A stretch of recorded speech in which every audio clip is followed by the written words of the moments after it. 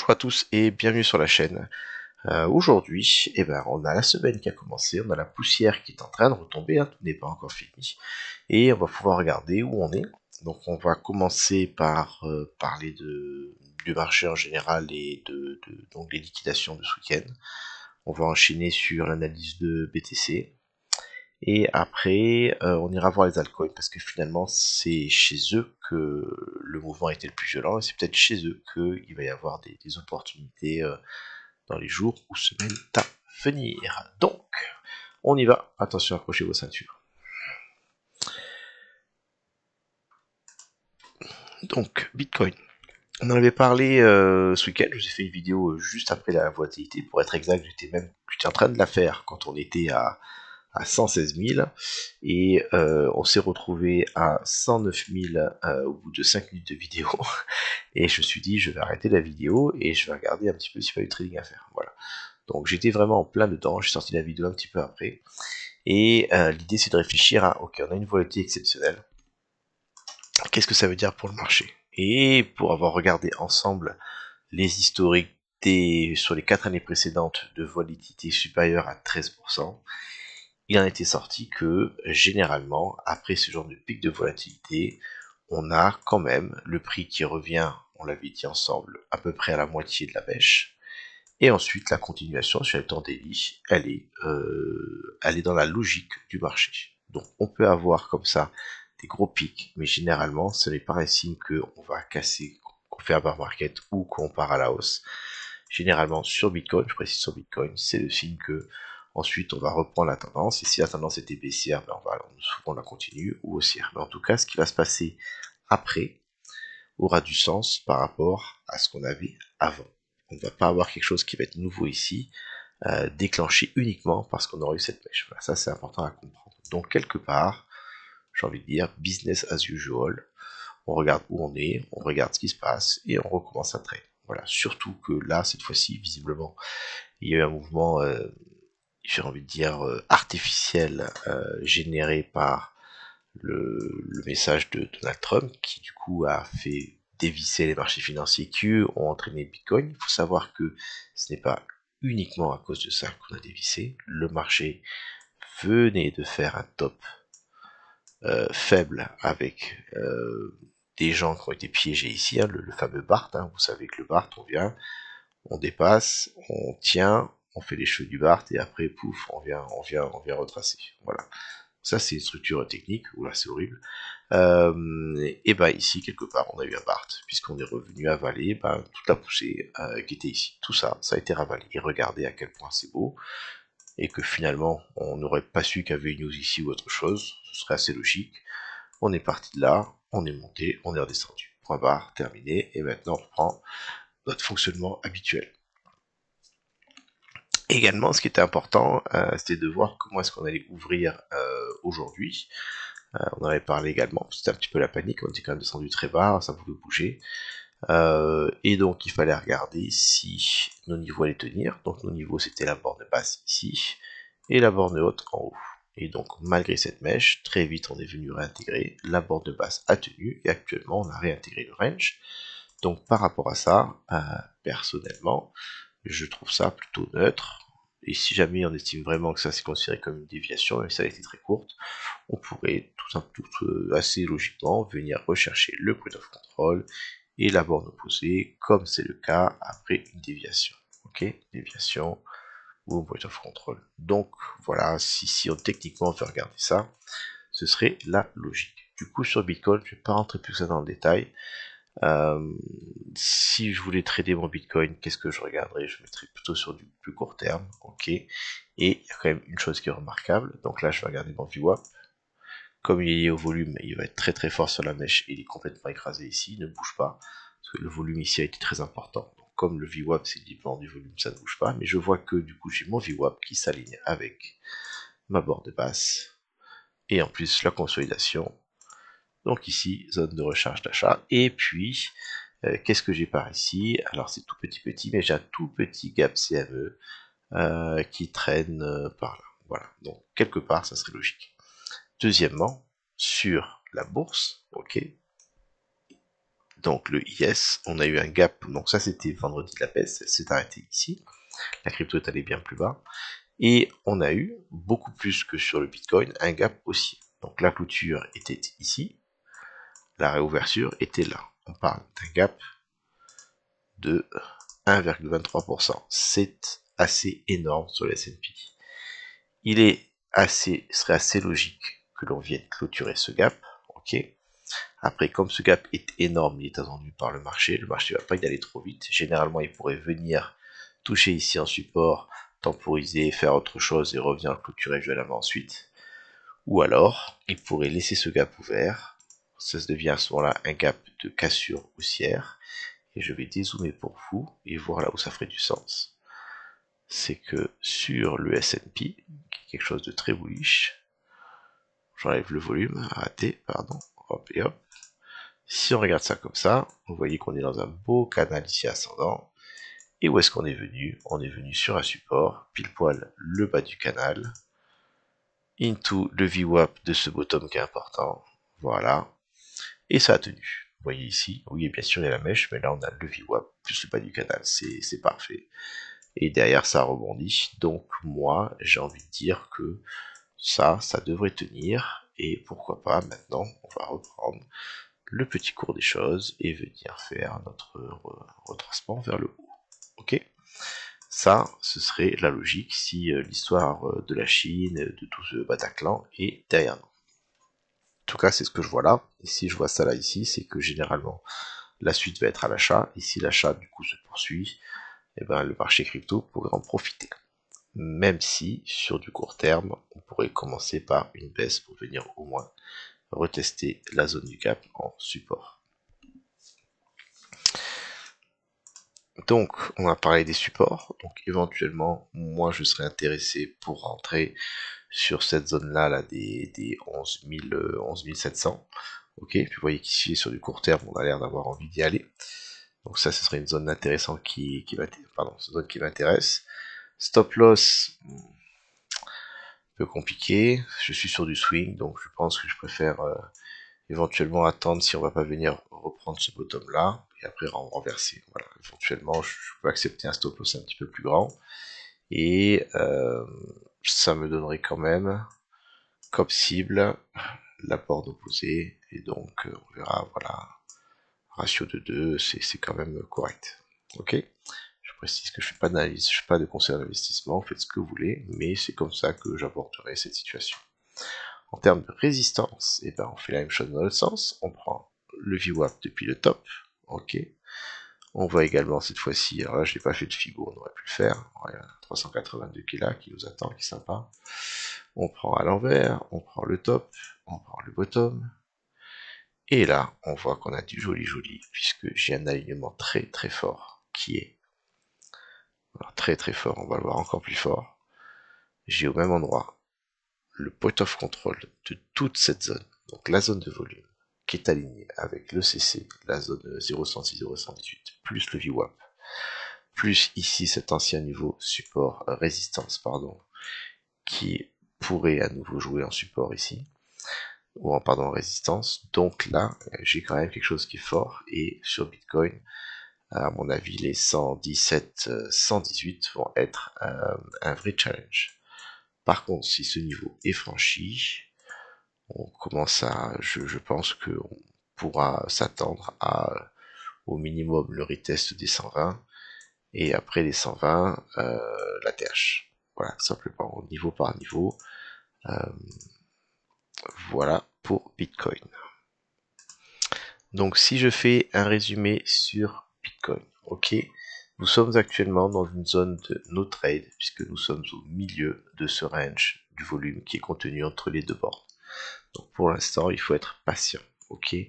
Sur du court terme, moi, je m'attendrai à une baisse qui d'ailleurs semble être en cours pour venir éventuellement revenir un petit peu chercher des liquidités, genre qui seraient rentrés. Et la zone d'achat qui m'intéresse, c'est cette zone-là qu'on peut éventuellement agrandir un petit peu. Voilà, cette consolidation qui est ici. À la fois, j'ai la borne basse du volume, j'ai le 382, j'ai le VWAP de ce bottom qui est là. j'ai pas mal de choses, et éventuellement, je veux bien accepter qu'on aille chercher jusqu'aux liquidités qui sont ici. Voilà, donc on va dire entre plus sous les 110 000, ce serait merveilleux. On va dire entre les 100, 109 000 et 100 et 112 000, ça me semble intéressant pour du swing. Par contre, si jamais on perd ce bottom et qu'on commence à passer du temps dessous, ça veut dire qu'on va venir avaler ça, et à ce moment-là, il va falloir attendre carrément 102. Donc ça, c'est vers le bas. Vers le haut, actuellement, la grosse résistance, et d'ailleurs, ça fait encore plus de sens, parce que là, on est en train de ralentir en s'en rapprochant. Forcément, une résistance, c'est une zone qui bloque le marché. Plus on s'en rapproche, plus le marché va être frileux, et donc va ralentir. C'est nos 117 118 000, puisque j'ai sur ce niveau des choses importantes. J'ai le VWAP qui est dessus, j'ai le point of control de tout ce range qui est dessus, j'ai le CC qui est dessus, j'ai un niveau support résistance assez énorme qui est dessus, j'ai plein de choses. Donc ça va vraiment être également une difficulté pour le marché. Si on casse vers le bas ici, et ben probablement qu'on va venir chercher le bottom là au minimum, et ce serait assez vert, hein, ce serait au minimum. Si jamais on vient franchir ça, le tenir au support, la zone borne haute ici, j'y crois pas trop, je pense que après cette déviation là, c'est monstrueuse, on devrait aller faire l'ATH. Voilà, les deux endroits où je suis intéressé pour interagir, c'est ici et ici. En dehors, la patience est de mise.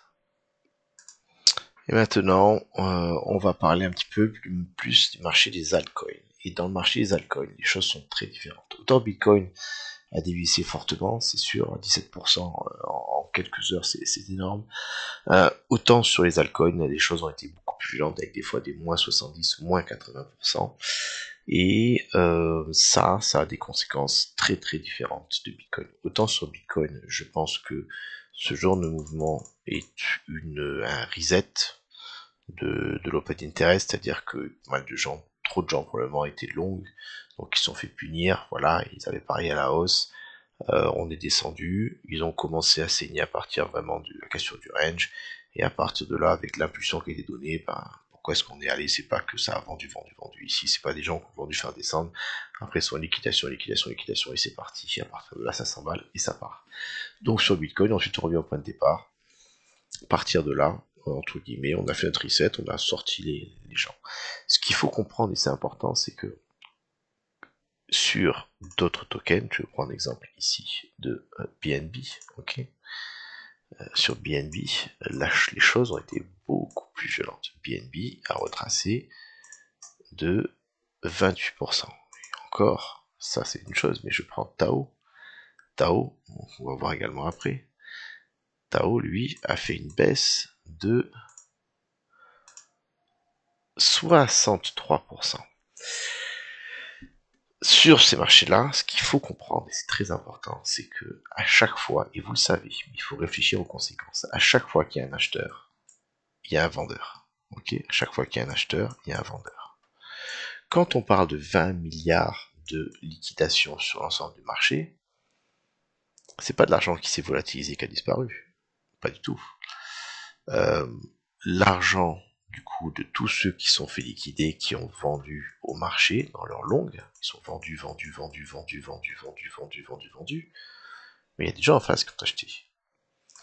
Et donc, on a aujourd'hui des gens qui ont acheté du BNB à 250, à 210, à 180, à 155 et à 139. Est-ce que c'est vous et moi? Probablement pas. Par contre, ce sont des bots ou des entreprises qui ont des systèmes, des plans, qui avaient en tout cas ce genre de choses qui étaient prêts et qui étaient capables, soit ils avaient des ordres en attente, soit ils ont été capables d'agir pendant cette volatilité pour acheter.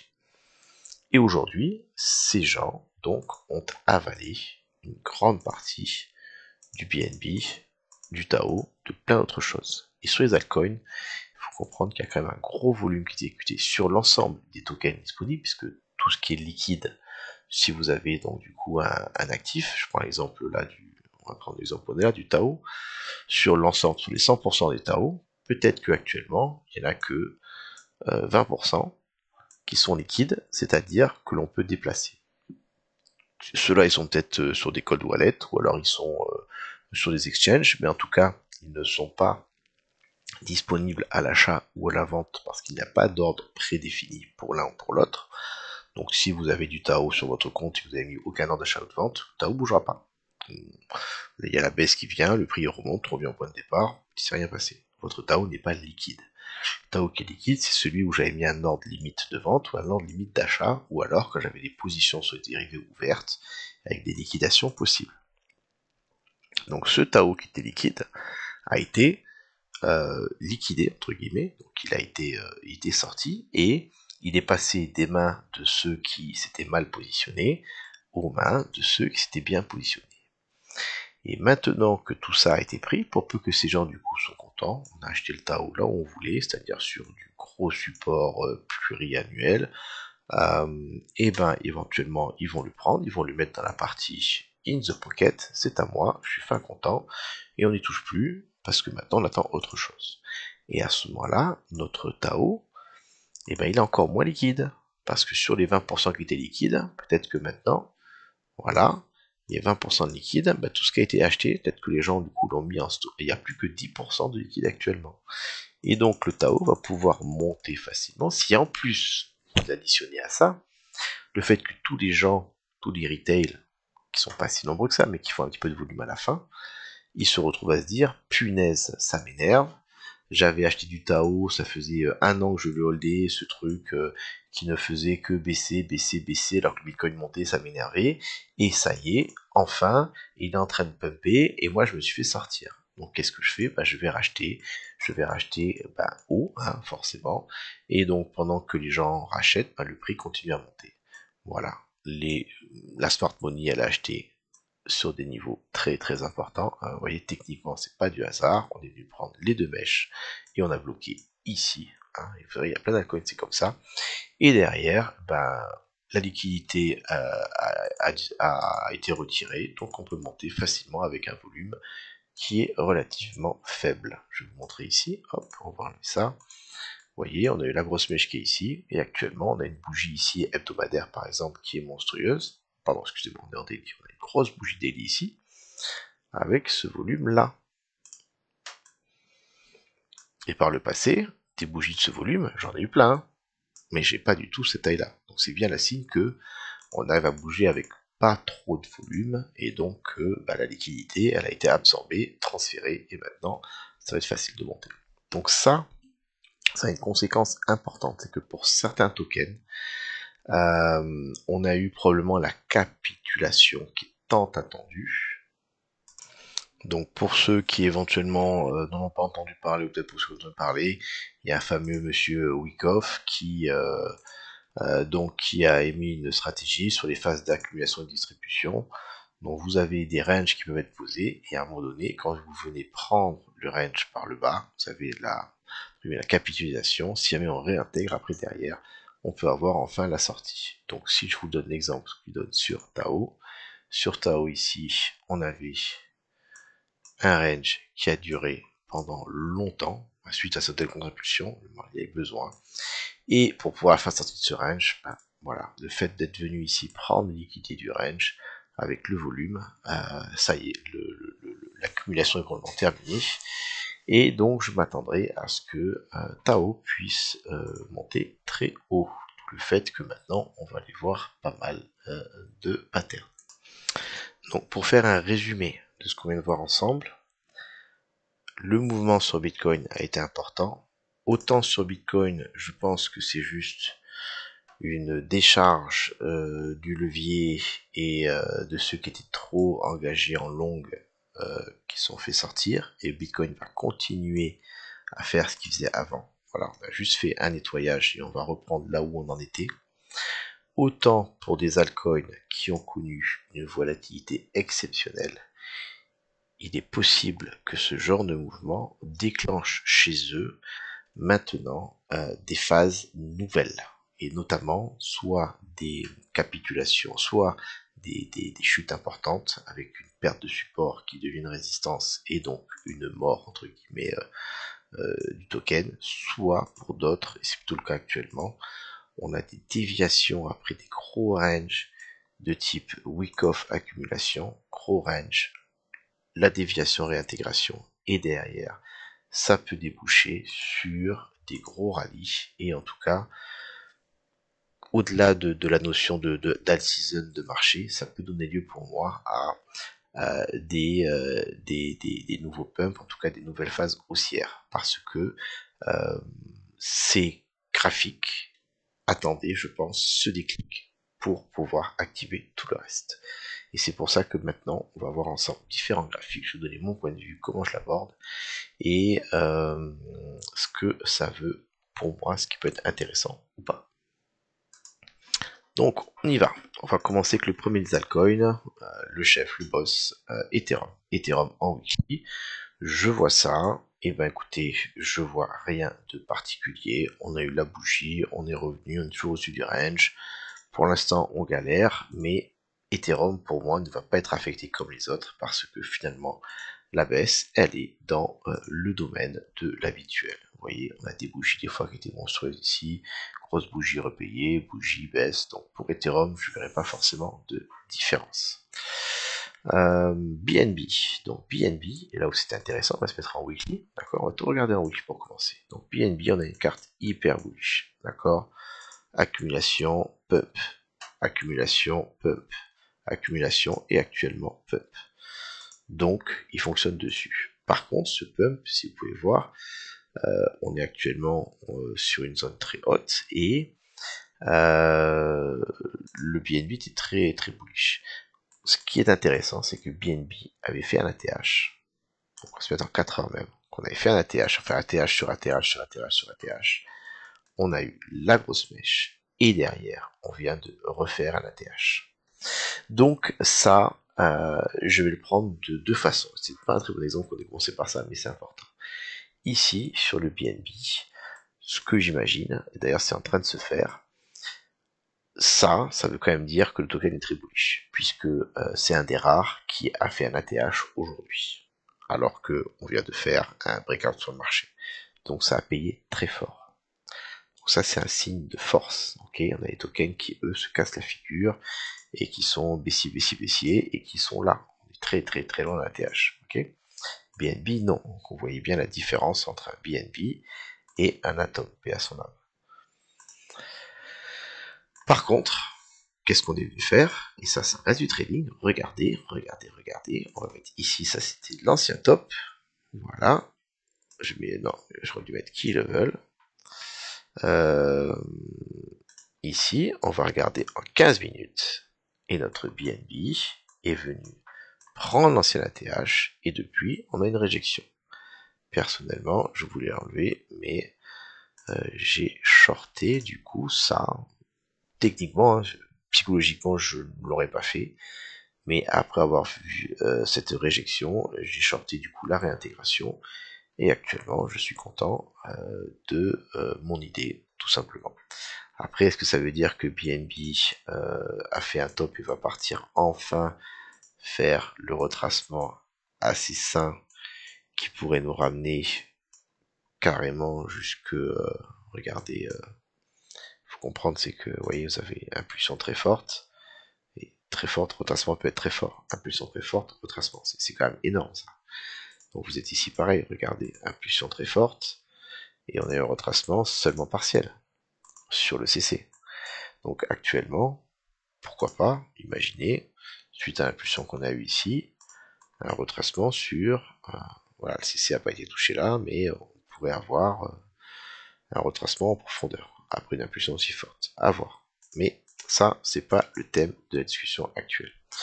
Donc ça, c'était le BNB très bullish sur sa réaction, très très très bullish.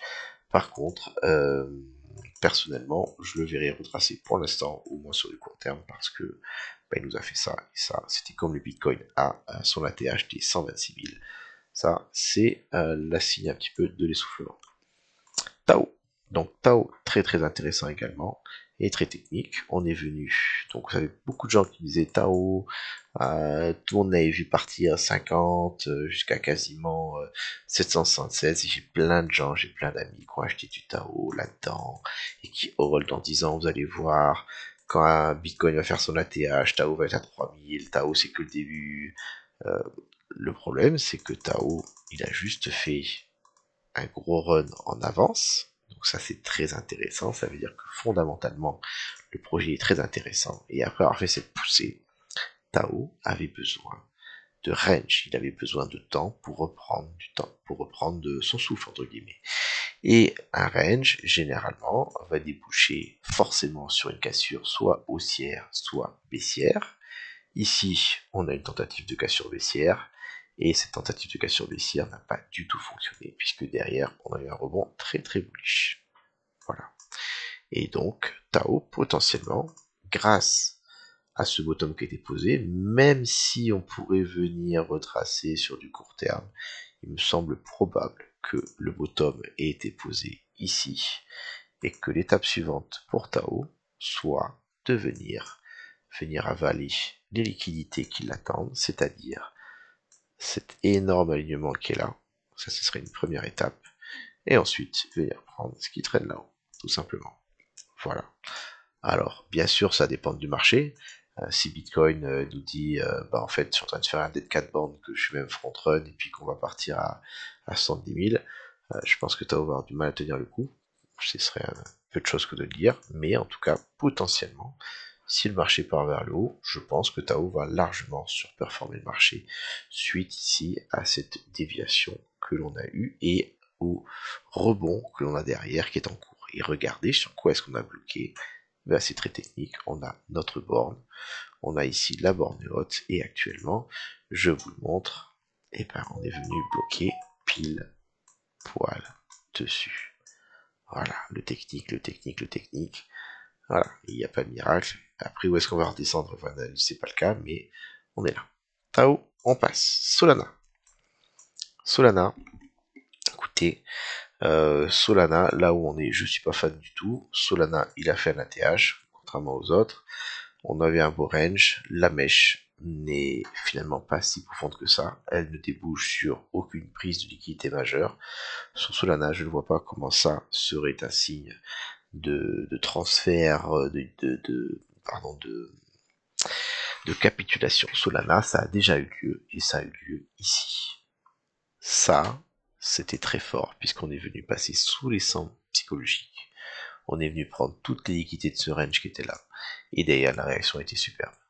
Voilà, Solana avait déjà fait ici un bottom. Ici, il n'en a pas eu.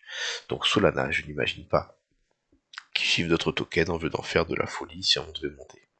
Solana est dans une phase différente du marché. Pour moi, c'est une phase de no trade. Ce qui m'intéresse, c'est de voir ce qui pourrait se passer ici. Pardon. Ça s'appelle BNB. Ok. Ou ce qui pourrait se passer ici. Ça s'appelle, on l'a vu juste avant, notre Tao. Voilà. Solana, pour moi, pas intéressant. En tout cas, si jamais je voulais acheter dans une optique long terme, là, si on est là, c'est bien pour du long terme, je suis en weekly. Hein, c'est vraiment très très très très long. On continue. Donc, excusez-moi, on continue. On regarde le XRP.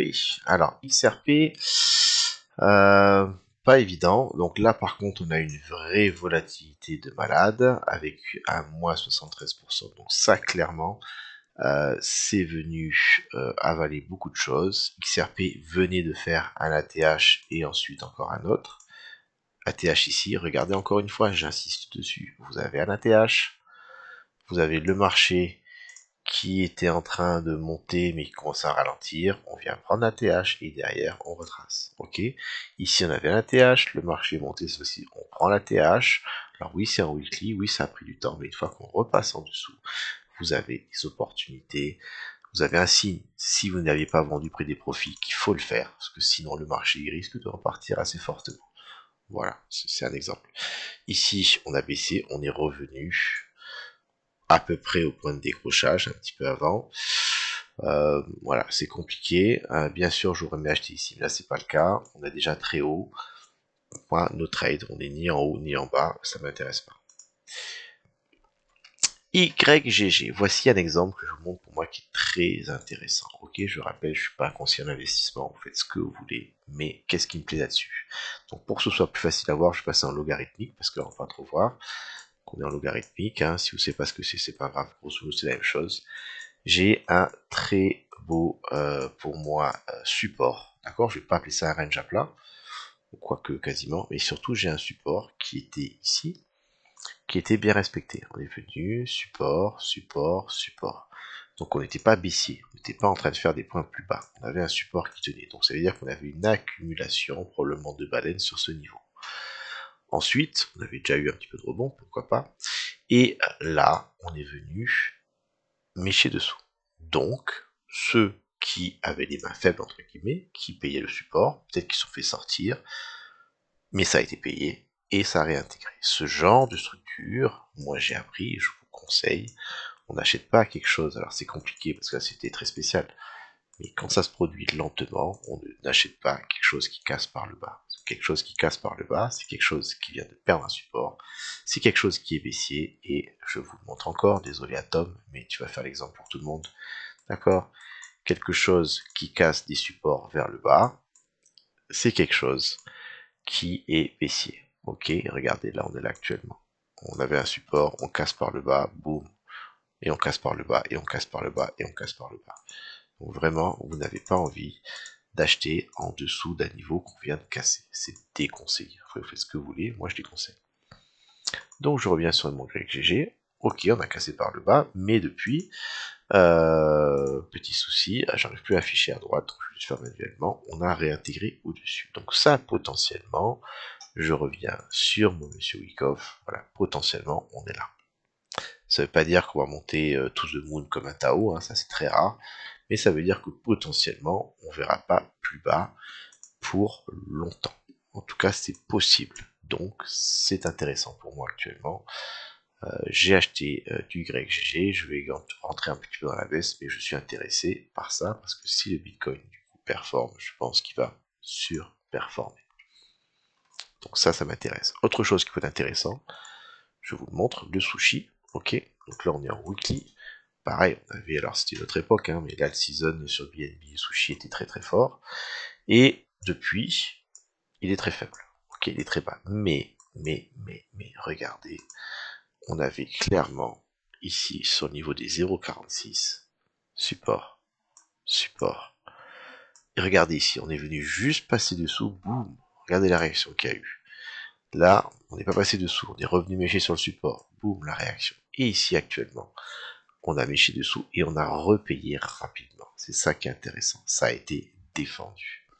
Alors, le volume est pas ouf par rapport à ce qu'on a pu avoir par le passé. Ça, c'est sur les impulsions. Donc, qu'est-ce qui pourrait se passer? Ben, on regarde ce qui s'est passé par le passé.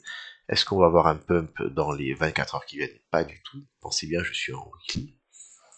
Et vous pouvez voir que lorsqu'on avait eu ici la déviation sur le niveau, on a vu une réaction intéressante et un pump plus tard. Ici, on est en weekly, la semaine suivante il se passe rien, pump intéressant, on retrace, on fait peur et on démarre. Weekly, suivi, intéressant. Vous voyez, ça peut éventuellement aller vite, ou ça peut peut-être prendre un peu de temps si le marché a du mal, et puis venir pumper après. Mais là, si un bottom devrait être posé sur Sushi pour les semaines ou mois à venir, je pense que c'est fait. Si le marché part en bear market, ça ne tiendra pas. Si on casse en dessous de ce niveau et qu'on tient en dessous, là par contre très mauvais, ne traînez pas à sortir. Atom, bon, vous savez qu'Atom est bear depuis très longtemps, hein, malheureusement. Ben écoutez, vous voyez la différence. Qu'est-ce qu'on a eu?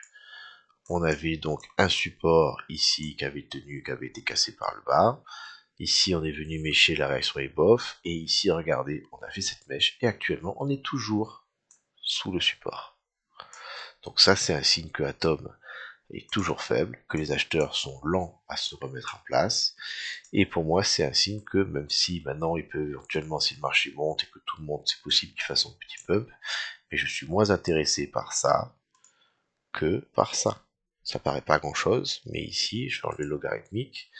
Ok, je vais mettre en daily. Voilà ce que ça donne. Voilà ce que ça donne. J'ai ma déviation, mon niveau il est là, et actuellement on est en train de monter assez bien. Voilà, ça m'intéresse. Je vais mettre en daily du coup la même chose. Je suis toujours sur le niveau, ça ne m'intéresse pas.